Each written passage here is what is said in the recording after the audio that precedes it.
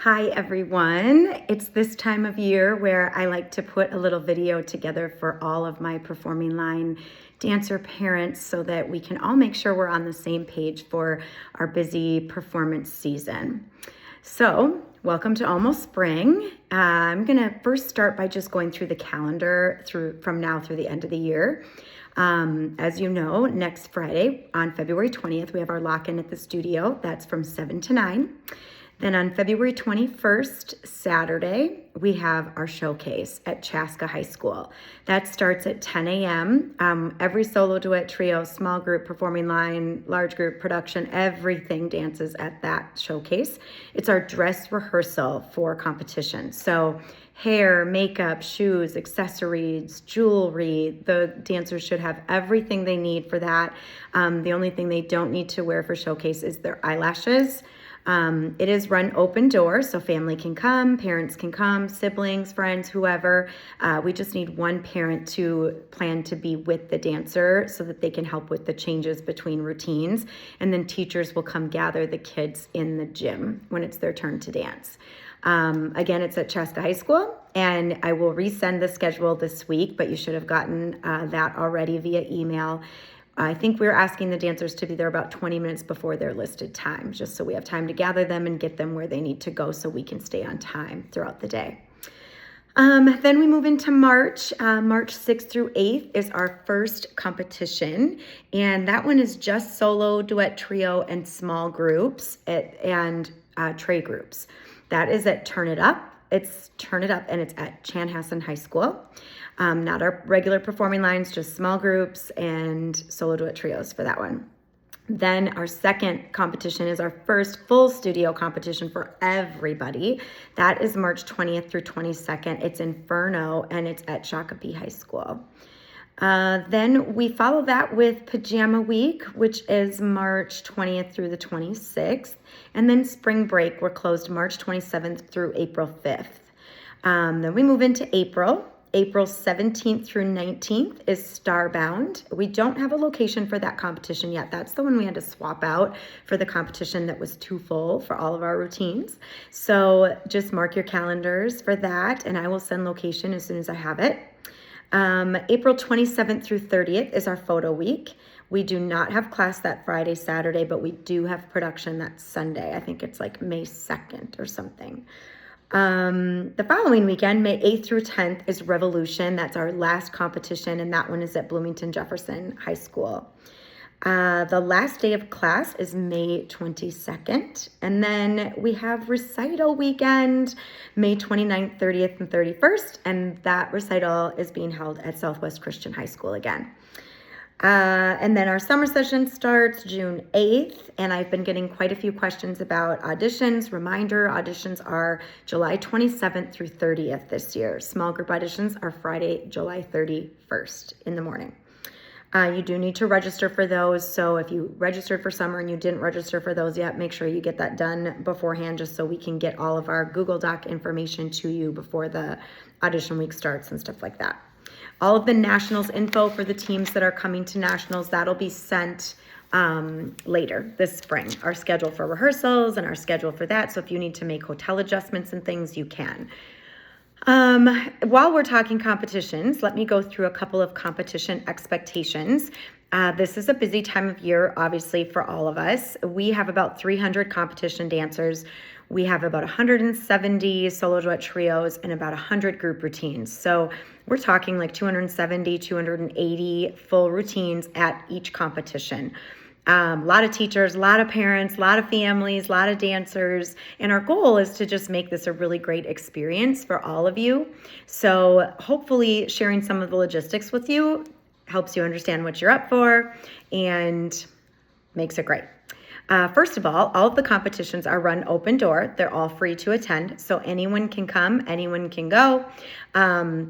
We do need one parent to plan to stay with the dancer to help with any changes that they have and getting them where they need to be. You will get a schedule about a week in advance. As soon as I have it in my inbox, I email it out to you so you have it. You'll want to find the name of their dance and the time listed. And then we ask all of our dancers to be there at least 1 hour before that listed time, ready to go. So with my girls, I always leave about an hour and a half. I plan to be there about an hour and a half early. That gives me time to park. It gives me time to figure out where I need to be. The competitions run ahead so that I'm not like sitting in traffic panicking on the way there. It just doesn't make for a very fun time when that happens. So make sure you leave yourself plenty of time. And the dancers should be ready to hand off to us hair, makeup, shoes, everything done at least an hour before the listed time. So if it says 8:02 a.m., they need to be ready to go at 7:02 a.m. Awards at competition, a little bit of a fun, crazy time. We don't require the dancers to stay, but we do encourage it. This is what the kids work for all year long in these classes. They spend 30 weeks a year dancing in class, most of them multiple times a week. So it is a chance for them to celebrate all of that hard work. Awards, though, are a little bit confusing if you haven't been through them before. At the awards ceremony, every routine that dances during that set will be given an adjudicated score. Then they also go back through and do overalls for each age group, level, style, all of that. And they also do fun judges awards. They play music. It's chaotic. It's a little confusing, I think intentionally, but it is super fun. So make sure if you're not going to be staying for that, you let your teacher know so they know not to be looking for the kids. We send teachers on stage with the younger dancers, so we just don't want to lose anybody. We have never lost anyone, so we want to keep our streak going on that. Okay, as far as competition, hair, makeup, costume, shoes, we really need to all look the same. So I'm sending this video, but then I'm also sending a how to do the hair tutorial, and I will send directions on how to apply the new makeup. It's a very simple kit, eyeshadow, blush, lipstick, but the jewelry, everything, eyelashes, tights, everything is purchased through the studio, so we all match. We get scored on our appearance and our costumes and things, so we want to look professional, look the part when we're on stage, so make sure you have what you need for that. You can stop at the desk if you need to get something in addition to what you already have. I have something called a dream duffel for my girls, but you can use a suitcase, a rolling duffel, whatever, to get the costumes and things, shoes to and from competitions. Every costume should have its own garment bag. You can get garment bags at Target. You can get them on Amazon. You can get them through Dream Duffel. They're all whatever. But every costume should be hung in its own garment bag. And then you'll need some sort of makeup case or a caboodle or a makeup kit to put all of your stuff in. I have a caboodle that my girls got at Target. It's like a hard plastic case. It has, Band-Aids, their combs, brushes, hairspray, gel, bobby pins, safety pins, wet wipes, all of the things I might need at competition. I put their makeup in there, their jewelry in there, everything's in there, and I bring it with to competition. Anything liquid should go in a Ziploc so that if it does happen to open, it's not spilling and getting all over costumes. As you know, this stuff is expensive. So sometimes we can't replace it, and we don't want any wrecked costumes or any panicked moments at competition. So anything liquid should go in a Ziploc. I sent accessory bags home last week, and I sent costume piece lists for every dance and every small group. And that lists everything that the dancer should be wearing for each routine, just to hopefully make it easier for you when you're changing them, getting them dressed, packing up your bag. Make sure you have everything on that list. You should be good to go.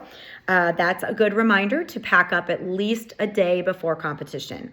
The studio is not always open on competition weekends. If our schedule is such that all of us have to be at competition, we can't troubleshoot. If you leave shoes or costume pieces or something that you need at the studio, there's just no one there, so we can't rescue you. But if you pack up a day or two ahead, and then let us know, oh my gosh, I'm missing this, or oh, we lost this and I need this, we can usually figure something out.